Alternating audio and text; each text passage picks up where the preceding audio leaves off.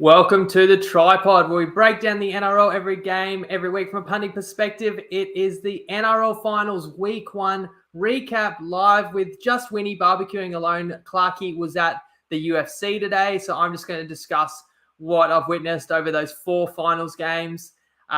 Is it too early to say what a great grand final it's going to be? Broncos, Panthers minus 3.5. Who do you like in that? It feels like there's 2 teams playing one level, and then everyone else is playing a different level. The 2 games involving Brisbane and Penrith were not competitive whatsoever. And then the other 2 was everything that you ever could want or need from NRL Finals footy. I'd love to hear your guys' reaction to help me react and discuss what has just transpired, especially because I am on my lonesome. So let me know kind of what really stuck out to you. It was a great round from a punting perspective for us, so we needed it. But 3-0 best bets, winning 3 from 3 finals best bets. 2 of them pretty sweet when, bittersweet when we get to the Sharks game because a multi went down there. But when you can win a bet where the team didn't necessarily even cover the line, like Sharks and then the Knights with the second half bet, then at least that pays us back for several times this year where we've gone a niche or a derivative bet, and if we just played the full game, we would have won, and we got too cute and lost. So it's great to win those. And then mixed matchup, $3.35. The Knights to have more second half points than the Storm in the full 80. And as you know, Storm are whitewashed, so they had 0. Toppy actually paid that out by Saturday morning. So before the weekend had really even rolled around. Let me check. Hopefully coming through all right. Cole, good evening, TryPod fan. What a great weekend of footy. Harry Potter, Broncos win the premiership. Barney, Nathan, I believe the Knights will knock over the Warriors and beat Brisbane in a prelim. I do think that the Knights would be a threat to Brisbane, although not really on the performance today. You know what I want to actually do? Let's talk about that game. Let's start with the game we just watched. 30-28. After 90 minutes, the Knights prevailed against the Raiders. Obviously, I'm live, having just seen the final whistle and then jumped straight on my computer. So this is my instant reaction. Love to hear yours as well. This game did not really go the way we expected. 5 minutes in, 6-0 Knights. Looks like, on a beautiful sunny afternoon in front of a sold-out crowd, looks like it's going to be a procession. Maybe the Knights players thought it was coming a bit too easy because the rest of the first half was basically all the Raiders, apart from one massive moment in the first half where the Raiders were on the attack and Marzu picked off a pass and then he went nearly the distance and the Knights should have scored and Gagai could have really dealt a blow to the Raiders, only for Hudson Young to desperately scramble and dislodge that ball. Doesn't that feel like so long ago? That was the first half. There were that many talking points first half. So that play was huge. It kept the Raiders in the game. The Raiders went on to score 2 more times after that. So the Raiders had 3 first half tries, all 3 off Knights errors. You got the first try directly off a Gagai error where the Raiders jam him and score. You got the second try was the short dropout by the Knights. So the kind of an error, not being able to clean that up and not being able to tackle the man who caught the ball. That's the second try. And then the third try was right on just before halftime where Gamble kicked out on the full. And then the Raiders, beautiful execution, backline play. Schiller scores in the corner and they slot the sideline conversion and take a 10-point lead into the break. And look, I know that there was a breeze at the Raiders' back, and you can say, they scored off errors, but the Knights did not look like this Newcastle side that we've seen for the last 3 months. Their defense, I thought, was so passive. They were really letting the Raiders come to them, not meeting them at the advantage line. Missed tackles, 8 first-half errors. Hastings was injured as well, so you knew the Knights would have to come out and chase points and have to shuffle the spine yet again. Ponga hadn't really injected himself into the game a lot. But understandably, he was kind of trying to nurse that shoulder, not take too many carries. Dan Lever, shout out to you. He was at the game. He said it's wiped 10 years off the life there.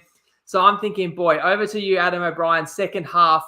The Knights in this 10-week win streak, I believe they were down 10-0 to the Storm very early in one of those games, but they hadn't really faced much adversity by half-time. I think they would have had a lead in every second half and done a lot of them really easy. And then you're thinking the Raiders are putting the acid on Newcastle here. Can the Knights actually pull themselves out of this when a few things aren't going their way and a couple of their players are hurt or are forced off the field? But then you got to talk about the next incident, which is early in the second half. Jack Biton. I want to hear you guys' thoughts on this. I mean, and I'll just start by saying this. Occasionally we get a biting incident. Seems to be once every 5 years or something, right? And you think, oh, like, what a grubby act. And like, who could do that? And I do wonder, you guys tell me, like, if there's a forearm right across your mouth, pressing into your mouth, is it just natural reaction to actually bite down? Like, because, you can't breathe and it's really uncomfortable to have that forcing like into your mouth, into your teeth. I don't know. Like, I'm trying to understand what goes through the head of someone that would do that. The replay seemed pretty damning. There's a bite mark on Gamble's arm. They stop the game. They have a chance to look at it. Now, did Kevin Proctor not get sent off for a bite? I want to say 4 years ago. So I was thinking it's going to be a Whiten send-off and this game's just going to completely flip and the Knights are through and the Knights will smoke them. They put him on report. I thought, oh, it's a soft option. Let the judiciary decide the punishment. Just put him on report. Then they didn't even give a penalty. I'm thinking, we've gone from one guy gets sent off and that ultimately like cost the Titans a chance to make the finals. I'm going back to like 2020 because I think the Titans won the 5 games after that. But White, not even a penalty. And Klein said, well, it's just your word to gamble. But I mean, had the mark, replay was pretty damning. So anyway, I mean, that's one crazy moment among many. You didn't think that was going to matter when the Knights just started turning it on. Enter Kalen Ponga. He scores the try that gets him back in it, has a hand in the next. 4 straight tries by the Knights. Not only do they get up 12, but the fourth of the 4 straight tries is off a Raiders attacking kick that the Raiders bat back and the Knights take it the length of the field and Dominic Young scores. You just thought that's backbreaker. You thought Knights are winning this 20 plus. Anyone that grabbed the line, 13 plus, 15 plus, they thought they were done at halftime, down 10. They're going to win anyway. And I'm thinking, well, our second half bets won by a country mile because we had -6 second half. But I'm kind of thinking, I'm getting greedy, thinking, geez, the full-time line's going to win anyway. I thought I was playing it smart. It's not going to matter. Like, watching that game, you felt like the Raiders had thrown everything they could at the Knights. It's one thing to play from in front and to junk the game up and just play with desperation. But once you've been blitzed and you give up 4 straight tries in a finals game and one's completely, a length of the field, you think it's gone. Ponga had just slotted a sideline conversion, steps up, curls it, hits the post. And I mentioned that because, it ends up going to Golden Point. But then the Raiders kick off, they regather it, and they basically play the rest of the second half in the Knights, under the shadows of the Knights post. They come up with 2 tries, including one with 2 minutes to go. And in fact, then get a penalty in the final set of the second half, which gives them a chance at a field goal. So the Knights have to charge down a field goal just to stay alive and get to extra time, not Golden Point, extra time. Then Ponga drops the ball, second set of extra time, and the Raiders opt not to take a field goal. Like, I know it's not Golden Point, but I don't know. Don't you want to get in front? They were right up on the Knights try line. Commentators are saying, oh, they're too close for a field goal. I don't know. For me, I'm kicking the field goal. You're treating it like it's the final 7 minutes of a normal time match. And I feel like you'd probably kick a field goal there. So the Raiders, anyway, they didn't take that chance. And then at the very final play of the first period, Ponga seems to take a great aerial catch, spills it. When he hits the ground, the Raiders actually get another chance for a field goal to go in front. It's charged down. And the Knights get that opportunity on the final set of the second extra time period. And it's a penalty for being offside that allows the Knights a shot at goal. Ponga, he got clobbered. It looked like his head hit the ground, maybe not too hard. I almost thought, oh, they're going to force Ponga off for an HIA, and they don't have Hastings. Like, you're going to have your third choice kicker kick it. But in the end, Ponga, he steps up, he drills the kick.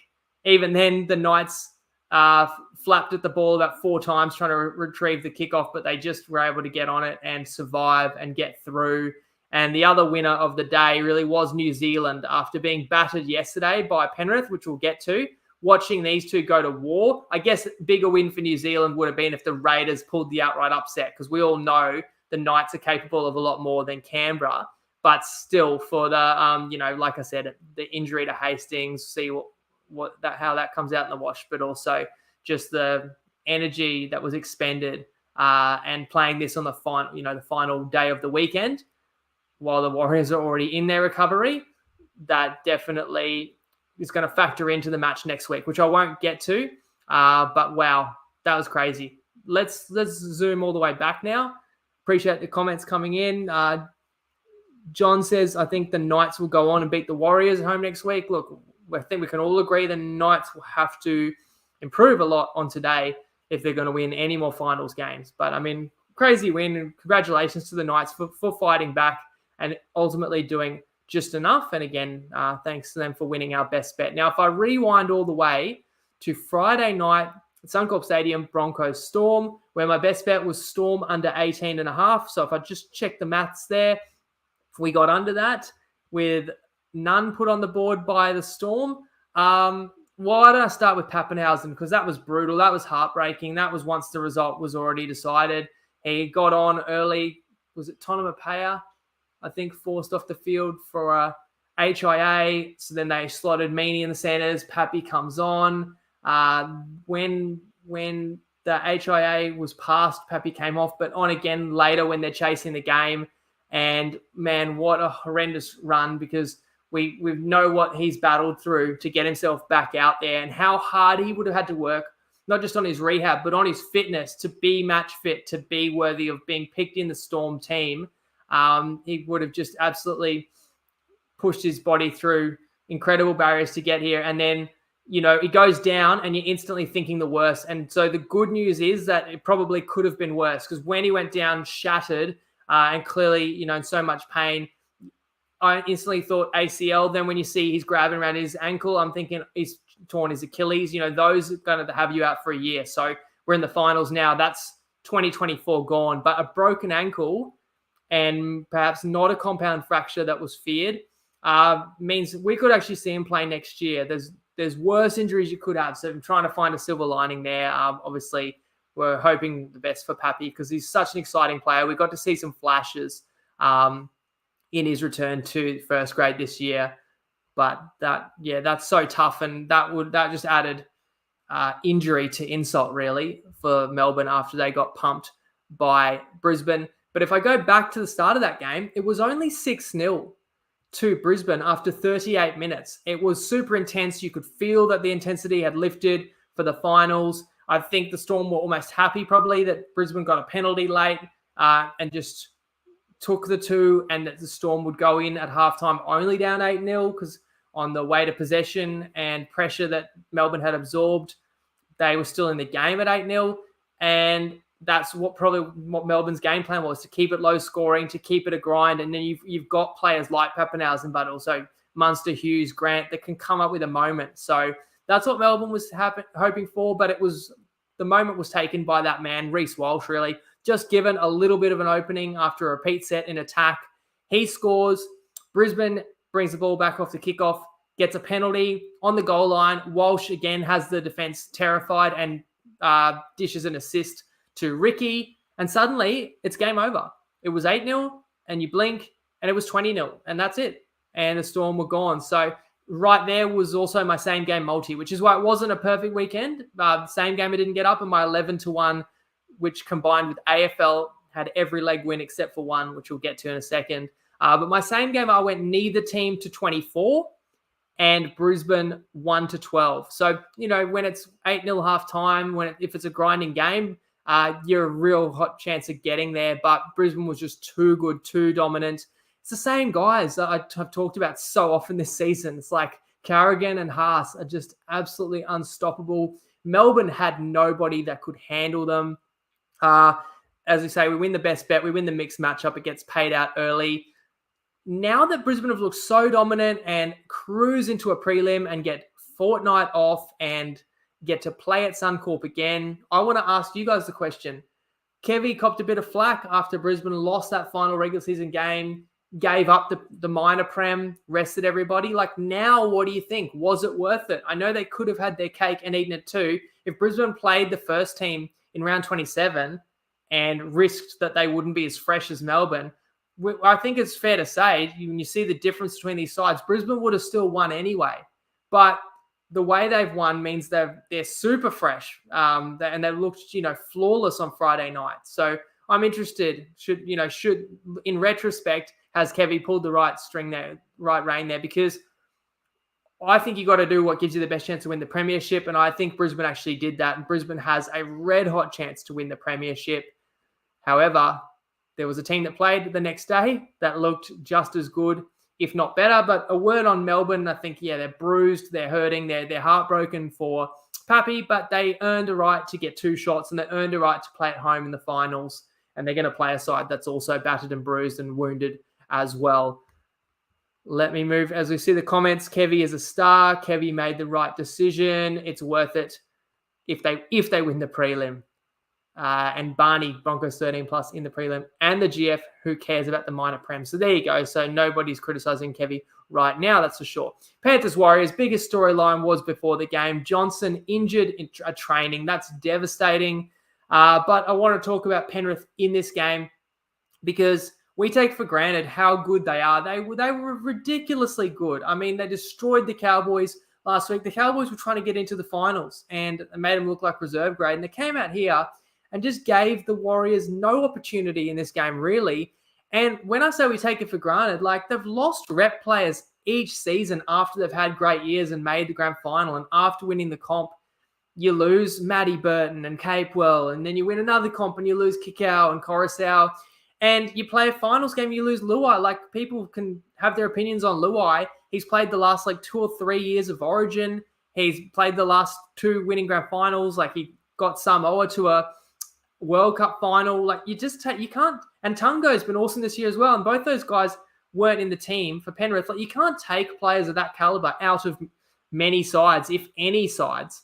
You take a rep player out of a spine of really any other team, they can't keep it at this level like Penrith can. So I just thought they were phenomenal. Cleary just made it impossible for New Zealand. And then when New Zealand got these limited opportunities or these few opportunities, they just looked lost. I mean, Walker was in the halves with Tamari Martin. But again, the defense of Penrith's going to make you look like you have no answers. It's going to be a whole new ball game for New Zealand next week in front of Mount Smart faithful. I seem to be hearing it's Mount Smart because I had heard previously Eden Park was an option. In any case, cannot wait for that home Wars game next week. But, of course, I will keep my powder dry in terms of discussing that one on Wednesday, and that'll be when Clarkie's back with me as well.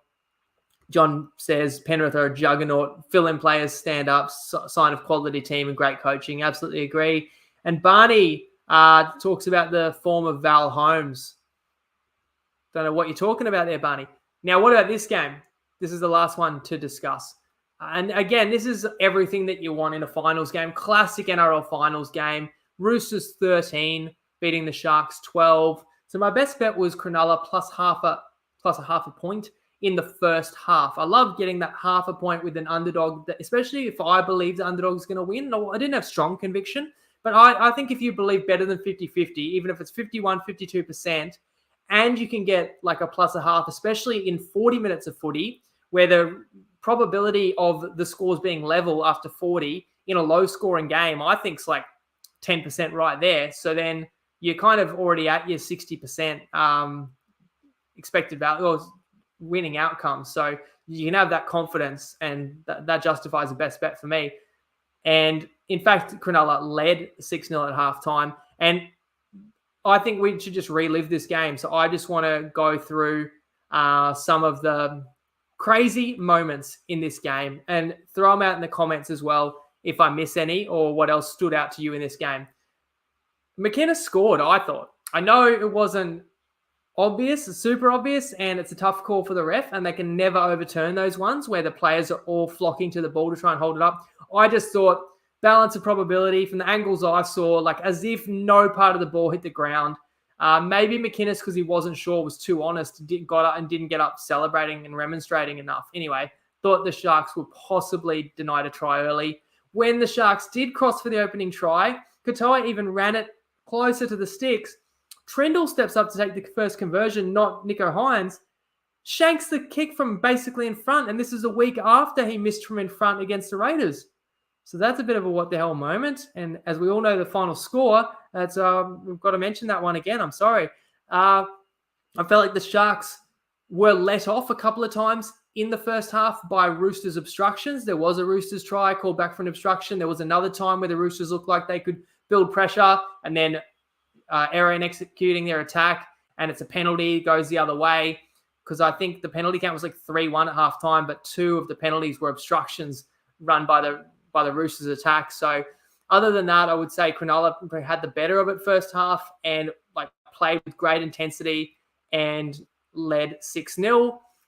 The Roosters scored very early second half, so they strike right back and they score out wide, but Walker steps up and slots the sideline conversion. So, of course, I said it was Sharks 6-0. That's because the Sharks opted to take a penalty later in the first half.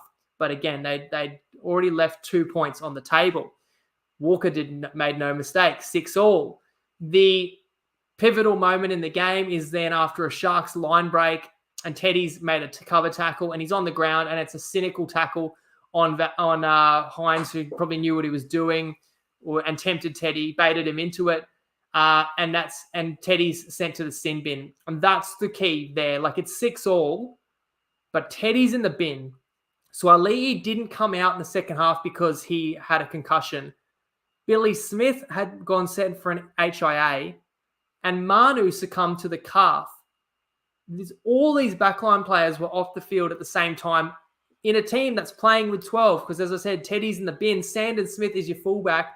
The Sharks had to just take the game away from the Roosters right there. They did score the very next set, because you could have actually argued 6-all from it's a penalty. Yes, it's out wide, but if you can kick that goal, you get yourself in front, and then you play the full period. They went for it. They scored. Again, missed the conversion. All right, they missed a conversion out wide. I'm just noting that because we know what the final margin was. The Roosters nailed theirs from the sideline. Sharks, this time Nico took the kick, but missed again from the sideline. So the Sharks were up 4. Still, this is where they should have won the game. And like, people saying Sharks are frauds and stuff, like, I don't know. Like, they really did play tough. I thought Nico gets a lot of criticism in big games. I thought he was great. I thought he ran the ball heaps more, got so involved. Some ways compensating for maybe Tracy not being 100%, Nico kind of playing like a second fullback out there. I really feel like the Sharks gave themselves a great chance to win. They just couldn't execute in the big moments.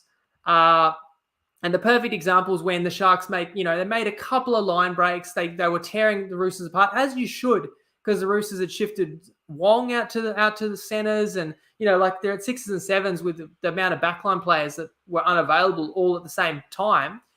And the Roosters were scrambling, making tackles, but there's one line break where Mulatalo kicks it back in field, and I think 1 of 3 Sharks is probably going to score, including Talakai, but Brayley can't help himself, hangs an arm out and just cannot bring the ball in, knocks it on. That's a 7-tackle set instead of a Sharks double-digit lead. You win the game, I feel, if Brayley grabs that. So, Roosters fans, I want to give you credit and give the Roosters credit for amazing toughness and bravery to hang in the game. And part of the reason that the Sharks couldn't tear the Roosters apart and couldn't score just because the Roosters hung so tough when they needed to. And I feel like the Roosters were channeling what they did last week when they were under the pump against Souths in the second half. But they're just thinking, if we can keep this within one score, you're always a chance. Like, the best the Roosters could hope would be to keep it within one score late and have a moment. Whereas the Sharks really had the opportunity to blow the Roosters away. So talk about the Brayley chance. Eventually the Sharks make another line break and the Roosters give away a penalty, which maybe saved the Roosters there, because the Sharks are like up 4. You've kind of got to take the penalty and go, or take the 2 and go to a 6-point lead in a low-scoring game. But had they just tapped, then I don't know if the Roosters would have kept them out. And by the time the penalty was taken and it was 12-6, Teddy was back on. So the Roosters at least felt like that could have been a lot worse, that 10-minute period. And in fact, not only did the Roosters hang in there, they score off a bomb. It's C.R. Wong, who was amazing in the game. And as I said, had to cover right edge or right center when Manu was out. And he pounces on the drop ball and scores a try. And it's 12-all, and it's still anybody's game. I think it is worth mentioning there was a 3-on-1 strip. Refs missed it. Roosters came up with the ball when it probably should have been a penalty around halfway. Walker kicks a field goal, but again, that's clutch. And to execute that, and that was only about 8 minutes to go. So that's why I'm thinking in the game today, when we're 2 or 3 minutes into extra time, why didn't the Raiders kick a field goal? In any case, Walker puts the Roosters in front. But still, as we saw today, the Raiders scored a try with like 3 minutes to go. Like, teams are fatigued. You can, if you get an opportunity, it's there to score. In this case today, the Raiders scored to send it to extra time. In the game last night, the Sharks got repeat sets on the Roosters line in the final 5 minutes. So I've mentioned all these reasons why the Sharks, I think, should have won, but it's on them to not come up with that play. And that includes not being able to get a field goal off. Well, 2 attempts, but both charged down. And so that's just not being able to ice it. And that is also huge props to a couple of veterans, Tedesco and Luke Keary, coming up with those plays. Your timing has to be right. Your heart has to be, your lungs are burning, but to just put yourself between the goalposts and the footy for your team was obviously monumental for those couple of Roosters vets there, Teddy and Keary, and that just allowed the Roosters to hang on for a super brave victory. Now, I'll have a little whinge and just say, all those opportunities. I gave out a finals multi. I had like Brisbane in the AFL to cover the line. They won by 50. What else did I have? I had Brisbane. Brisbane won 26-0. I had GWS to cover like a 5 or 4-point line, and I think they won in the end by 30 or 40, and then you lose one game by 1 point, and they were up 6 with an extra man, like with every opportunity to win the game. Like, come on. How come we can't have the one close one is the one that goes our way? So like that hurts, especially if you had a rocket, like you could have got even better than a 11-1. So I know a lot of us were writing. I think I had over 100 copies on that. Like, that's why it was not a perfect weekend. That one really hurt. But now to give credit where it's due, Roosters, just to be able to hang in there. If you're a Roosters fan or if you backed the Roosters, you're going to say, yeah, we deserve to win, and my bet deserved to win because look at everything that went wrong for the Roosters, and they still won, and I can't argue with you. A lot went wrong for the Roosters, and they still came out on top, so that's very well deserved. As for the Sharkies, the stat I heard is like since they won the 2016 grand final, they've only won 1 of 8 finals games, and again, you think back to last year, very similar circumstances, a higher scoring game. But at Shark Park, week 1 of the finals, a game where the Sharks were in front, let the opponent back in late. And last year it was extra time that they went down, I think, on a field goal. And this time it was after 80 grueling minutes. So, look, talk about grueling minutes. The Roosters have been playing sudden death footy since round 23. And that just continues. And they're going to roll into Melbourne. And that's pretty cool because that's a hell of a rivalry. Ryan says both teams deserve to win. Colt, I was on the multi as well. That was rough. Ryan, Sharks choked. And John, the Roosters have got a lot of injuries to overcome. So that they do for sure. So we'll wait and see what the injury news is that comes out, what the team lists are on Tuesday. And then I'll dive in and just, really battled this year. So one good week doesn't really change too much. But the way that we're punting, I feel like, you can make more. We've made more in the good weeks than we've lost in bad weeks. Like for me, a bad week is 1 and 2 or something like I went last week. Like, but a good week, like this week is a sweep where we go 3-0 best bets and win a juicy odds mixed matchups. So certainly happy with that. Hopefully I can continue that through the NRL finals. I really enjoyed that we got a couple of awesome contests. And I enjoyed seeing all the best players and playing to the best of their ability. As Harry says, Val on the bags. Ryan, happy to fade Melbourne. So I hope you guys all had a great weekend, enjoyed the footy as well. And thanks for tuning in. Have a great week. And I'll see you back here, 6:30 Wednesday night to preview week 2 of the finals. Lego.